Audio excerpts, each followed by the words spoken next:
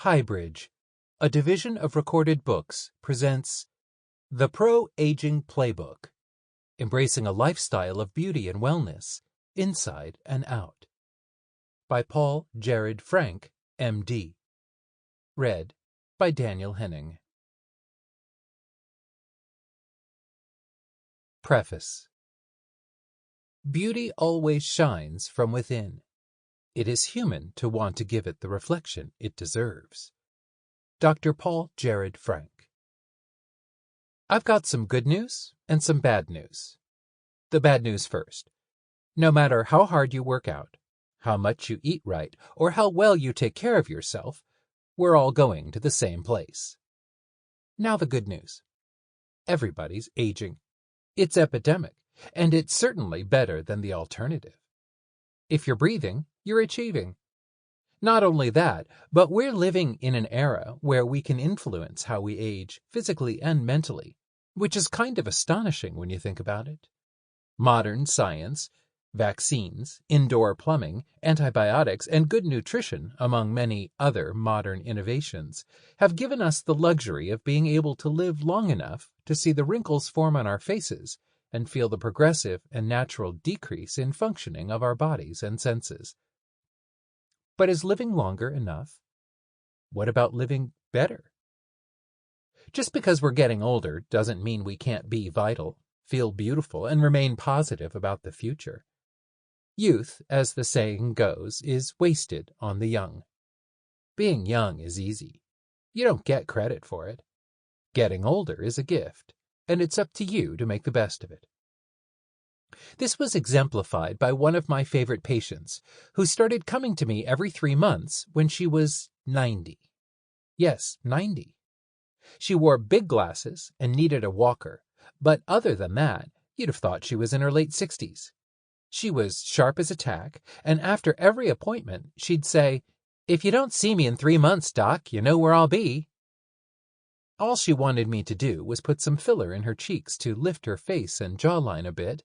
It made her happy. People are always asking me why I come to you and do this and do that, and I tell them it's better than going to any other doctor, she said to me one day when she was 94. Most of my friends go to doctors all day, and then they're in the graveyard. I don't want people treating me like I'm 94. I don't feel 94. I might move slow and old, but I don't think slow and old. What you do makes me feel good, and when I feel good, people treat me different. I want to look 70, not 94, you know? She would always smile widely, and her demeanor made me happy and gave me guidance and perspective. I knew, each time I saw her, that the best form of cosmetic surgery is a smile, and that is something you can't necessarily inject. A lot of people don't look as good as they feel inside. This patient still felt young. I didn't make her look decades younger. I made her feel more vital. That was exactly what she wanted.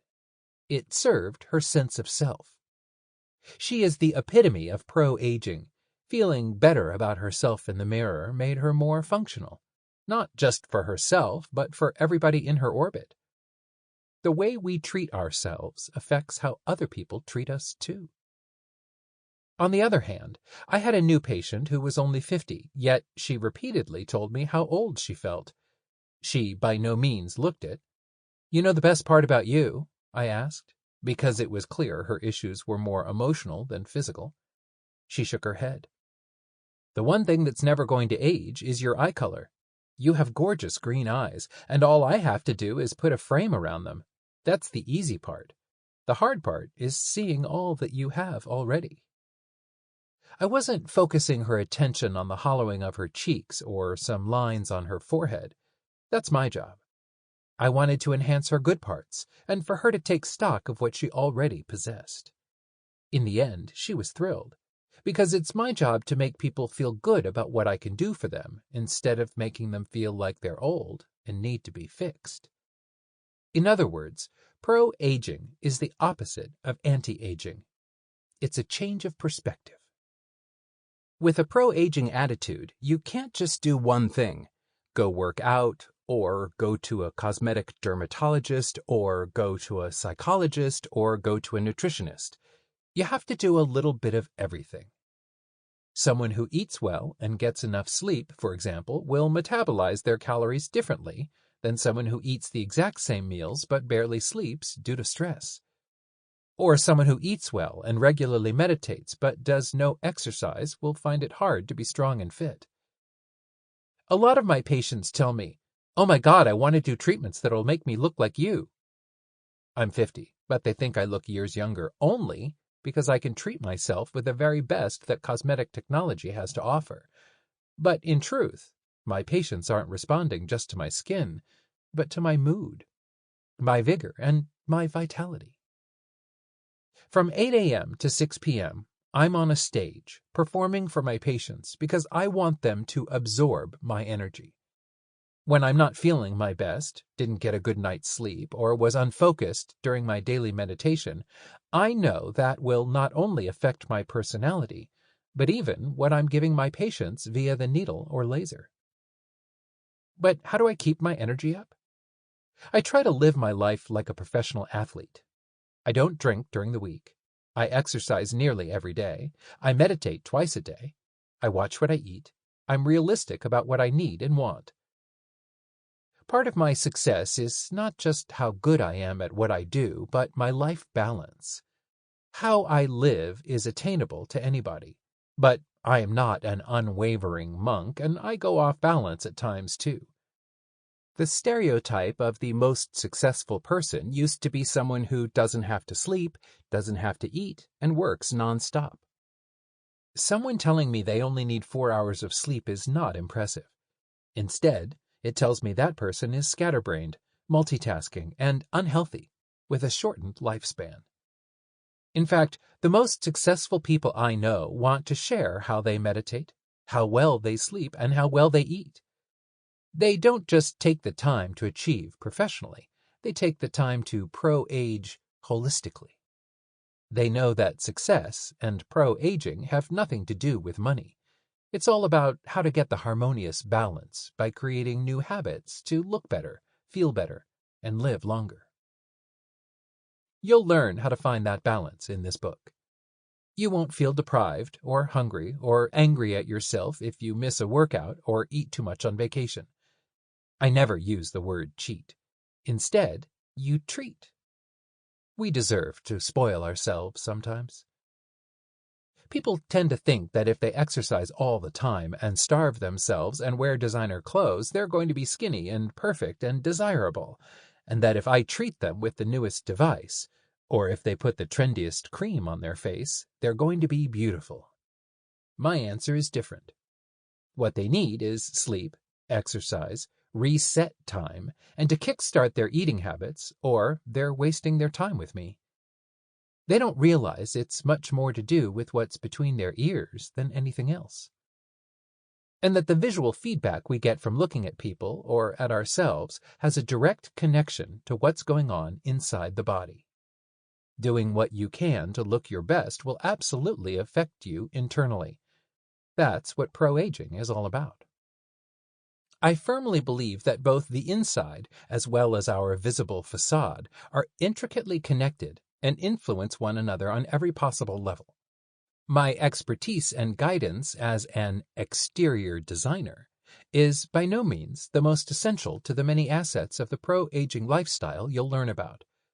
My work is merely an important piece of this wonderful puzzle. I do believe that anyone and everyone can benefit from any level of the cosmetic options available to make them feel better about themselves. As an expert in the beauty field, I'm writing this book to tell you that beauty is a very important component of the wellness industry, of everyone's well-being, and that it has been left out of the conversation. Despite the fact that we don't want to over-focus on how we look, how we appear to ourselves and others is an integral part of every other aspect of life. It's the elephant in the room that most people in the wellness industry, and the rest of the world, are not willing to acknowledge. During my training, I had a professor who was a renowned expert in hair transplant surgery. and he dedicated a lot of his time to teaching about hair loss and how to effectively treat it medically and surgically. Funnily enough, he was very bald, and was often asked why he didn't do any hair restorative treatments on himself. His answer was always the same. "There are two types of balding patients," he'd explain. "People who suffer from baldness, and those that are just bald. I am just bald." This amplifies my point that how we perceive ourselves in the mirror differs for everyone. For most, the reflection does have some impact on how we feel, but how much of it influences us is the big variable.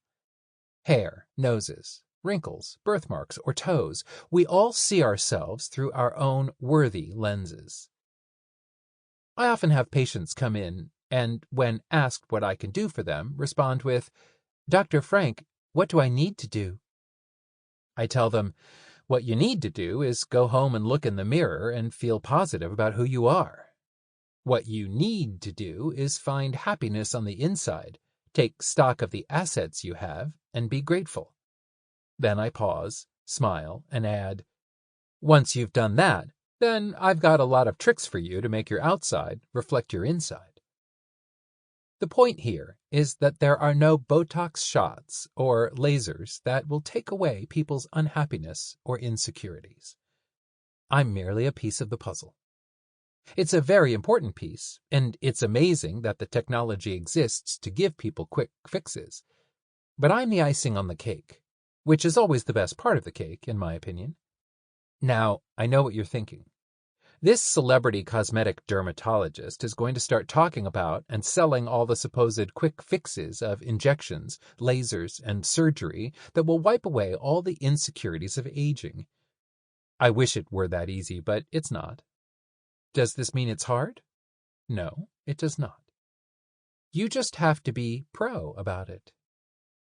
Anti-aging is merely a sales term used by companies to scare you into buying their products. Anti-aging is also a kickback to the negative connotation, burned into the psychology, marketing, and publicity of the society we live in, that aging is a bad thing, that you need to fix it, that you need to purchase, market, inject, cut, detoxify, and do anything you can to stop it. This is how my colleagues and I were trained, but I soon realized that an enormous rejection led me to upend that training into my pro-aging philosophy. When the time came to make plans for my future, my parents made their expectations clear that I should go to medical school. My dad was a dentist and my mom was a nurse, and I was almost a little rebellious about their stance until I realized the decision was my own. My parents had always been completely supportive of my academic growth, and I realized that their push for me to go into medicine was not selfish, but something they felt was best for my personality and skills, because they lived it. For them, the field of medicine was one where you could go to sleep at night doing well for yourself and knowing you're also doing well for other people. The health profession provided my parents with a sense of contribution, accomplishment, and lifestyle that suited them well. I was given enormous opportunities with a supportive family and a private school education. But as a student, I rarely fulfilled my potential in those formative years. My grades were average, and I only managed to squeak by at the end. I usually appeared distracted, which prevented me from reaching my full aptitude. Nowadays, this would most likely be called attention deficit disorder. But regardless of the cause, I was simply not focused when I needed to be. As a result, when I applied to many different medical schools, I didn't get into any of them. Not one. I was devastated, because for the first time I was stricken with a sense of true failure. When I sat down with myself and admitted that my road to success was going to be paved with hard work and not inheritance, those rejections became the jolt I needed. In retrospect, this led to a spectacular turning point in my life, a deeply ingrained setback that I would never trade for anything.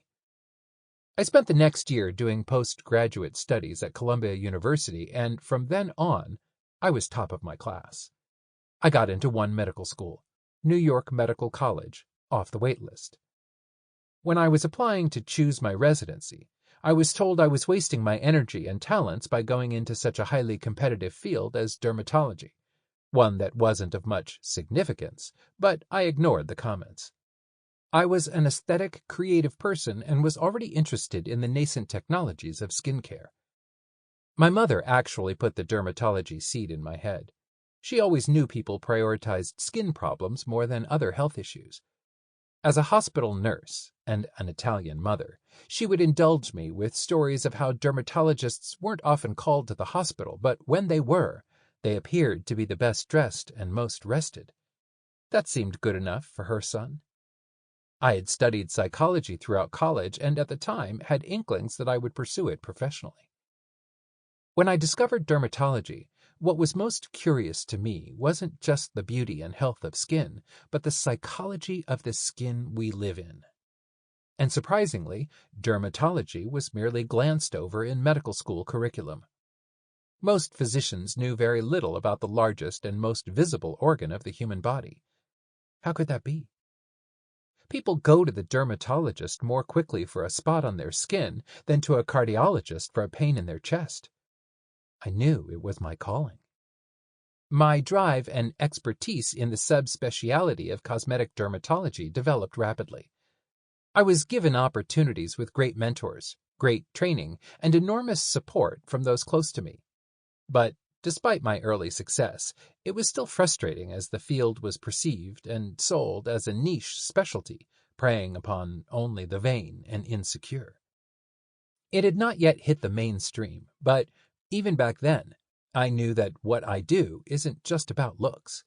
It's about health and lifestyle and self-perception, all key components to the overall quality of our existence. That's when pro-aging became my life. We all want guidance.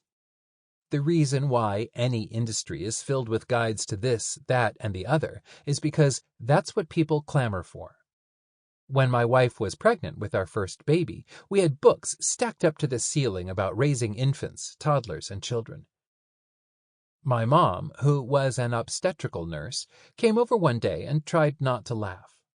"Paul," she said, "if there was only one way to take care of a baby, there would only be one book. There are so many different beauty tips and diets and perspectives and cosmetic applications and books and websites and tweets and postings from pros and amateurs, experts and quacks, and every one of them is there to tout their own kind of guidance. I want to protect you from all that chatter. I'm not here to tell you what the best answers are to all your beauty and wellness questions, but I'm going to give you my medically sound knowledge and the most successful options so you can make pro-aging a part of your life. Beauty is accessible to everybody, and this book gives you a system that works at home. It might not be as potent as what you'd get from a dermatologist, but I'll bet that every aspect of pro-aging is going to be better than what you're doing now. Modern medicine has taught us how to stay alive at any cost. We've spent too much money on keeping everyone alive and not enough time and energy on improving the quality of that time. This book is about empowerment. People complain about aging all the time, but we have the opportunity to feel, look, and love better at any age by focusing on the quality, not the quantity of life. This is not what you're told or sold in the beauty and wellness industries. Instead, these industries are mired in enormous amounts of marketing and content that are not necessarily effective and can actually be harmful. And there's an enormous amount of quackery. After 2 decades as a cosmetic dermatologist, I'm using my expertise as a physician navigating the same challenges as all healthy adults to show you how to be the best version of yourself. I'm not just talking the talk, I'm walking the walk. If you follow me on social media, at Dr. Paul Jarrod Frank, I'm constantly putting up posts that have nothing to do with cosmetic surgery, simply because I feel like it's my responsibility to help all consumers have a medically informed filter and guide. In the health and wellness community, there are so many wonderful, valuable things to do that will help you sleep, eat, exercise, meditate, and feel better. When I mention nutrition, sleeping habits, and meditation to my patients, they're often shocked at first. But then they realize that pro-aging isn't just about having me do something to them. It's about them doing what they need to for themselves as well. I spend so much time talking to my patients about what works and what doesn't that they've often asked me to write a book with more detailed information. I want you to use this book as a virtual consultation, an at-home version of my expertise. It doesn't have to be confusing. So, here it is. Introduction. The Pro-Aging Philosophy. Pro-aging is harnessing the power of all the components of your existence: the way you look, the way you feel, your health and well-being, your sense of self, your relationships, the control of your ego, so that you can be the best version of yourself. Once you become an active participant in your own pro-aging, you'll quickly see that it's proven and protective. The results are profound. Aging isn't just about the loss of looks and functioning. It's also about developing experience, wisdom, perspective, and confidence that only the prescriptions of time can provide. So it ain't all bad. Still, we live in a world where we're made to feel bad about ourselves as we get older, and the only way to feel better is when someone, who's going to charge us, can fix it. I'm in that world. Except my philosophy is not derogatory by telling you what's wrong with you. I'm trying to enhance and make the best of what you've already got. If you don't believe in what you already have, all the enhancement in the world isn't going to make you feel good about yourself. The less you do is sometimes the more you do. Don't always add, sometimes subtract. I'm the last person who'll overdo or oversell.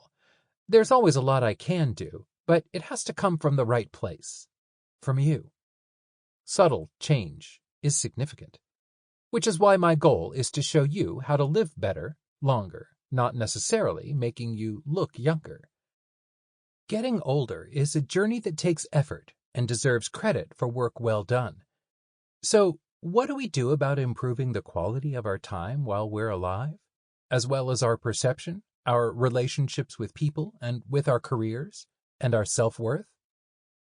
Pro-aging is not anti-aging. Pro is the first part of proactive. Being proactive by taking the best care possible of yourself is the most powerful thing you can do for your health. There's no overnight miracle to do this. It's the first rule of medicine, and should be the first rule of life. Part of being your best self is living in a good, healthy body. Our bodies are smarter than we think. In every aspect of pro-aging, the basic premise is to let your body do its job. Everything in beauty and science and medicine is not about what you do, but how you do it. Living better is not only feeling good, it's also looking good. Our brains aren't genetically programmed to look at ourselves as old and healthy. Hundreds of years ago, when you looked sick, you felt sick. When you were healthy, you looked vital and vibrant. These are not independent concepts. Many people get sexier as they get older. It's the way they carry themselves with confidence and how they smile. There's nothing worse than a patient who's young, gorgeous, and insecure. I was a pudgy kid with bad habits and didn't get fit and trim until I was a teenager. Many of my patients never felt beautiful when they were younger and actually start to feel their most attractive as they get older. This is a perception thing. You can be beautiful, and it has nothing to do with comparing yourself to a professional athlete or a Victoria's Secret model. It's about finding some way, the pro-aging way, to get to your best version of yourself. Pro is the first part of productive.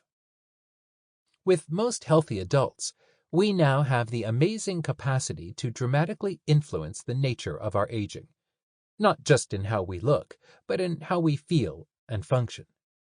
It's astonishing what we can produce when we change our mindset. Every day, my patients tell me that getting old is a bitch. My reflexive comment is always, Aren't we so lucky to live in an age with such amazing medical advancements?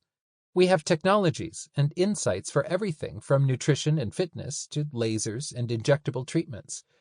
A few hundred years ago, we would be lucky to be alive past 30, let alone have intact white teeth, clear skin, and clean hair. And the toothpaste, organic cleanser, and shampoo to help keep them that way. Pro is the first part of progress. It might sound contrarian, but there are plenty of times when you should actually stop adding to your beauty and health regimen and subtract instead. Less is often more, and small changes are often the way to go. The way to progress is with baby steps, because they all add up, and because binging or starving doesn't work, whether with exercise, with food, with alcohol, with Botox. I do a little bit of exercise almost every day. That's more than enough. I'm not looking to become a professional trainer or a bodybuilder, or to become a robotic version of my younger self. Making small changes is actually an enormous shift from the way dermatologists and plastic surgeons used to treat their patients. 30 years ago, you waited until you were of a certain age, and then you'd have an aggressive chemical peel or facelift. Need to hide from the world for 2 or 3 weeks as you suffered through a painful recuperation, and hopefully be good for 10 years or so. Now, technological advances have transformed this kind of drastic, risk-filled treatment. My patients always ask, for whatever treatment they want, how long it's going to last. That's the wrong question. Instead, they should ask, how often do you need to see me to keep me looking my very best? For most of my patients in their 20s and 30s, I'll see them twice a year on average. In their 40s, 2 or 3 times a year. In their 50s, 3 to 4 times a year. Over that, maybe 4 to 6 times a year. This doesn't mean that they come in for a total overhaul every time. Instead, it's maintenance. I want people to metaphorically color their roots frequently, rather than grow out and reprocess their hair from scratch. You can't work out, eat right, get in shape, lose weight, and then expect your transformation to magically sustain itself. Maybe you're not training as hard as you did to lose 20 pounds, but you've got to keep doing it. There are no diets that work. There are no exercise routines that you can just do for 2 months. And there's no form of grooming or cosmetic rejuvenation that you can do and never have to do it again. Even the most aggressive facelift wears off after a decade or so. This is why you can't be a perfectionist. New patients sit down and announce that they want to get rid of things, bags under their eyes or wrinkles on their cheeks, and my answer is absolutely not. This is rarely what they expect to hear. But I add that my goal is to make whatever is bothering them significantly better. We don't want to push the limits. I don't want to do anything that's going to make them look fake or done. I do say no a lot, because I don't want to do treatments that won't work well, because everything costs time and money, and everything carries some degree of risk. You need to feel comfortable with the reality of maintenance. You've got to get the idea out of your head that there is a finish line to anything in life. Pro-aging isn't just about moisturizing your skin or getting rid of wrinkles. It's having a holistic view of your body and how to take care of yourself. Most of all, the profound changes you're going to see and feel aren't about erasing the years. They're about regaining and optimizing your vitality. My patients who hit 50 and feel like they look their best have outgrown the need for comparisons. It has nothing to do with the mirror. It has to do with confidence in themselves. You'll never feel beautiful unless you develop your own inner mirror. This type of self-actualization is something recognized and exemplified by Madonna, with whom I had the good fortune of spending time with while working on her skincare line, MDNA Skin. She lives life literally and figuratively in forward kinetic motion. What she has accomplished in music, fashion, film, and life is about manifesting her chosen vision and empowering her self-worth. She takes risks and moves forward without second-guessing in self-judgment, despite decades of outside criticism. No great accomplishment is without risk. Sample complete. Ready to continue?